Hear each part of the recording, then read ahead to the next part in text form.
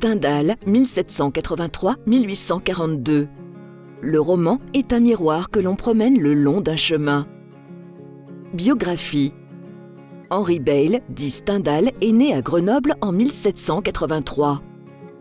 Son enfance n'est pas heureuse, il a un tempérament passionné. Il quitte sa famille très jeune et à 17 ans, il commence une carrière militaire vouée à l'échec qui lui permettra cependant de découvrir la beauté de l'Italie.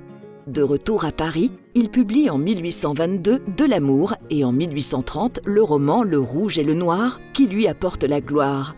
Il est nommé consul à Trieste, mais ses idées politiques libérales le rendent suspect. Il vit ses dernières années entre Civitavecchia et Paris, où il écrit La Chartreuse de Parme. Il meurt en 1842 à Paris. Œuvres principales.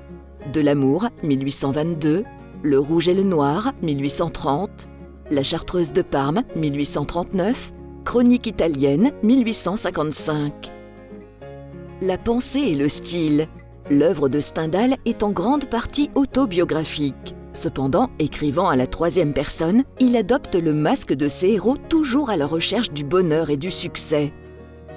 Cette attitude, dite beylisme, se manifeste dans un mélange d'ambition cynique, d'énergie vitale et d'un véritable culte du moi. Dans ses romans, il a recours au réalisme subjectif. Il décrit une réalité historique et sociale filtrée à travers les yeux des personnages. Obsédé par le souci du vraisemblable, Stendhal privilégie une langue sobre et peu descriptive, fondée sur la spontanéité et l'analyse psychologique. Le Rouge et le Noir. Stendhal s'inspire à des faits divers et retrace l'évolution d'un jeune arriviste, Julien Sorel, hanté par la volonté de réaliser son rêve d'ascension sociale. Le protagoniste hésite entre une carrière dans l'armée, le rouge, ou dans l'église, le noir. Il devient précepteur des enfants de Monsieur Raynal, maire d'une petite ville, et tente de séduire sa femme qui le dénoncera comme dangereux séducteur.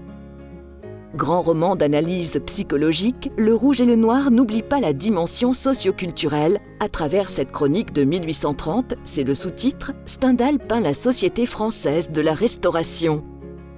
Anecdote. Lors d'un voyage en Italie, Stendhal visite la basilique Santa Croce à Florence. En contemplant les fresques, il est pris de vertige et ressent une émotion proche du malaise. Ce trouble psychosomatique survenant chez les voyageurs devant un chef-d'œuvre est appelé syndrome de Stendhal.